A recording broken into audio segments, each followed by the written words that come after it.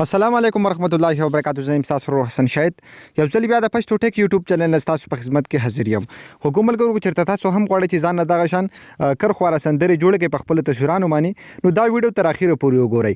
تاسو په ټیک ټاک یا په فیسبوک کې دغه شان ډیر زیاتې ویډیوګانې لیدلې وي چې ملګری جوړي چې دغه شان مختلف تصویران بدلیږي خو هغه چې کوم کرخي راځي نو د دې جوړول لغونته کې مشکل دي.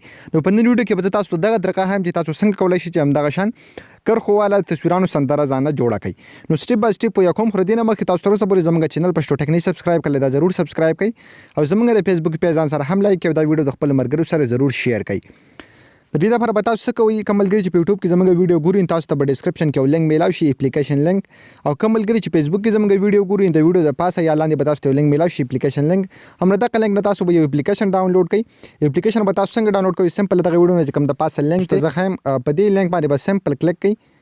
تاسو تخکاری دلته سایت ته کوم تاسو ته لینک کاری دا په دې لینک باندې کلیک کړئ بیا تاسو یو ویب سایت ته لاړ شئ. کله چې تاسو په دې لینک باندې کلیک کړئ تاسو بدلته لاړ شئ تاسو ټول طریقه هایم نو دلته به تاسو ته یو ډاونلوډ نشان شو چې تاسو به په هغه ډاونلوډ نشان باندې کلیک کړئ نو تاسو به دا اپلیکیشن ډاونلوډ کړئ. دا ښکاری تاسو ته لګ لاندې بلال شي د تاسو ته لیکلي ډاونلوډ هم په دې ډاونلوډ نشان باندې به کلیک واخلئ. تاسو ته ښکاری دلته د ډاونلوډ باندې کله چې دا اپلیکیشن تاسو په خپل موبایل کې ډاونلوډ کړئ بیا تاسو کې دا به دغه رقم اوپن کړئ. کله چې تاسو اوپن کو په دې کې به تاسو ته خپل ګیلري شو شي تاسو به د خپل ګیلري نه هماغه تصویران راوالئ په کوم باندې چې تاسو سندره جوړول غواړئ. تاسو به څه وکړئ سمپل دلته به په دې باندې کلیک واخلئ کریټ ا نیو ویډیو.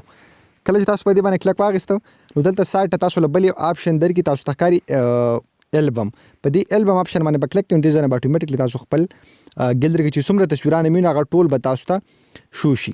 نو بیا به تاسو وکړئ دنه به خپل هماغه تصویران سلیکټ کړئ په کوم تصویرانو باندې چې تاسو سندره جوړول غواړئ. نو زه به کوم زبرل خپل همدغه شان یو دوه درې تصویران سلیکټ کړم بیا تاسو دلته سایت دلته یو ټیک مار نشان درکړل سم په پرې ټیک مار نشان باندې وکړئ کړئ نو دا ټول تصویران به تاسو دلته راشي. بیا تاسو ته وایي چې ایج ا ټایټل انټرو یعنی خپل دی ویډیو له یو نوم چې کوم دی یو ټایټل چې کوم دی هغه ته ورکړه دی انټرو لا نو سم پر مطلب زبرلته حسن ولیکم. بیا تاسو له کنټینیو آپشن پرې ځکه درکړئ بیا تاسو کې سمپل په دې کنټینیو آپشن باندې کلیک واخلئ. نو تاسو ته لاندې ښکاري چې څومره زیات دغه شان مختلفې طریقې تاسو له درکړي دا ټولې تاسو په خپل تصویرانو باندې اپلای کولای شئ سټپ بای سټپ. نو تاسو ته ښکاري دا دغه شان مختلف طریقو باندې تصویران راوړي تاسو به داسې لک سایت ته لاړ شئ دلته به تاسو چیک کړئ تاسو چې کم یو هم خوښي نو هغه تاسو بالکل په خپل تصویرانو باندې هغه ډیزاین چې کوم دی اپلای کولای شئ. تاسو ته ښکاري دا ټول تاسو دلته درکړي دي دا ټول تاسو په خپل تصویرانو باندې اپلای کولای شئ.